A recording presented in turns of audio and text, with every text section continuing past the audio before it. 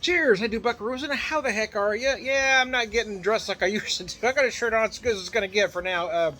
I do buckaroos, how the heck are you? I am Tom the Beer Whisperer, but I'm having some cider with you. It's the latest triptych from Banter Brewing. So what they did this time is what they do is they take one, usually a beer, and then they do the base, and then two other versions of.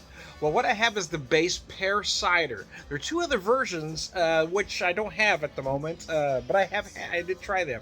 The two other versions are bourbon vanilla. My personal favorite, bourbon vanilla, is just crazy good, and a strawberry rhubarb, which was very nice too. But I wanted to have just the base, right? What I thought was interesting about this base Pear cider.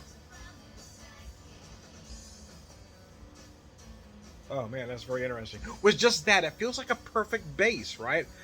It's very light, it's very delicate, and also feels very malleable, right? I mean, if you had syrups that you might use in coffee, you could put in here. If you like a good strawberry syrup, then you've got a whole other thing going on. Drop a shot of bourbon if you want to go with that bourbon vanilla kind of thing going on. Yeah, a little vanilla syrup, a little bourbon, you got your thing going on. But yeah, see, that's the thing. I felt like it'd be a great sangria base as well, because again, the flavors are very light, so it feels like it would take to just about anything. It's like a very delicate white wine, right? It's it's not sweet, but it's not quite dry either.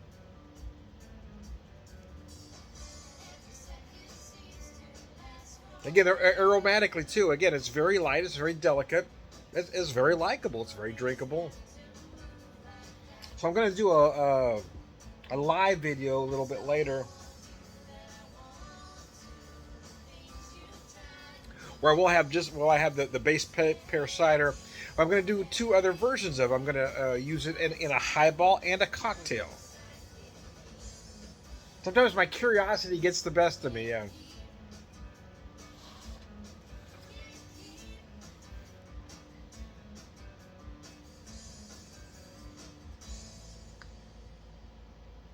And it is good.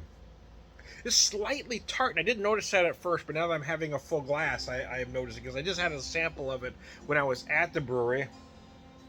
But I was just curious about it, so why I took a growler home.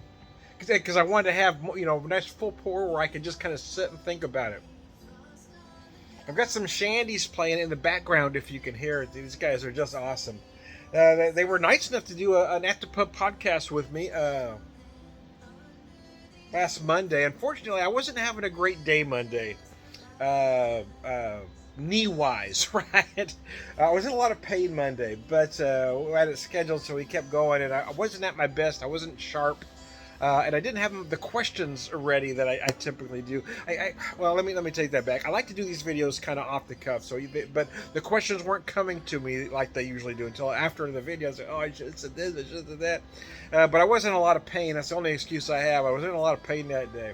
What's odd though is it just by Wednesday it was like a total 180. All this I went from not being able to make certain movements on Monday to being able to pivot to the left. I mean, I couldn't pivot to the left at all Monday, and all of a sudden it was like just like flip the switch. All of a sudden I could do some things. So, and it happened. Like I said, Monday was terrible. Wednesday was good. By the time I had PT again on Friday, everything was looking great. The hardest part for me now that I'm dealing with this is not doing too much, right? I want to get up, I want to get around because I feel good, right? The knee doesn't feel too bad, but I know if I do. Yesterday I walked too much on it, and yeah, it was a little painful. But I've been trying to, I've actually weaned myself off the pain pills, but I do have some prescribed muscle relaxers that I am taking occasionally, especially at night. So I have, as some of you have noticed, I have started drinking again. I did for a couple weeks there. Oh, you can't drink when you're on those pain pills, right? So I wanted to make sure I was off those opioids for a period of time before I started drinking. So now that I am off the opioids, I can relax and have a little bit with you.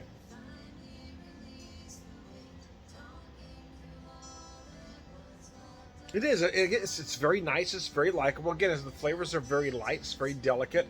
If I were to pair this with food, yes, I would pair it with something light, something very delicate. A salad, perhaps. a fruit plate.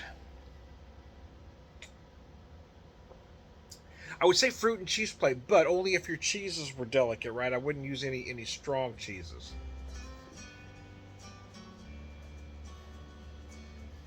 But yeah, this would pair great with whatever fruit, apple, grapes. But yeah, again, if you're gonna pair it with food, I would do something very light.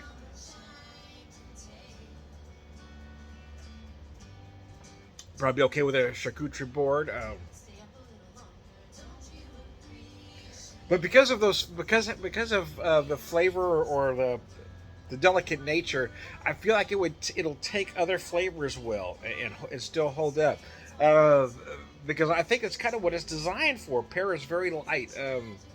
When I was a kid, they don't make it anymore. When I was a kid, they used to Welch's used to make this pear grape juice. And I remember I loved it because it wasn't as sharp as grape juice, right? The pear just is perfect. It just kind of lightens everything up. So I've got a couple ideas. I got an idea for a highball, an idea for a cocktail. I'm going to try a little bit later. So anyway, um, here's to Banter. I do miss working out there. I really do. I miss pouring beer for people. I miss my customers. I miss my friends. The funny thing is, I mean, the customers kind of turn into friends or a Banter. You know, you can't work at Banter for any period of time and just not make friends with the folks that come in. It's just the way it is. That's the way the brewery is kind of set up. That's what it's designed to do. There's no TVs. I mean, it's designed for people to sit and talk. Of course, they don't take your phone from you, so you can't stop people from doing this. But even there's been times when people come in, they've never been there before. They'll come into the bar and they'll sit down and they'll grab their phone.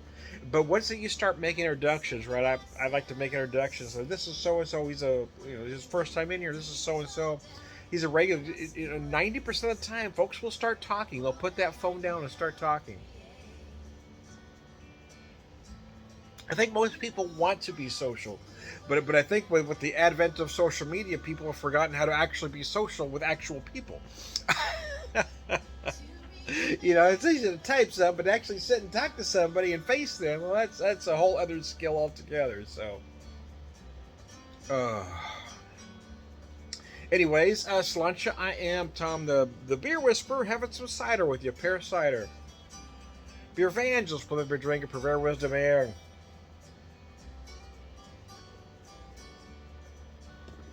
Ah, that's just delicious. All around good guy. Thanks, guys. I appreciate you tuning in.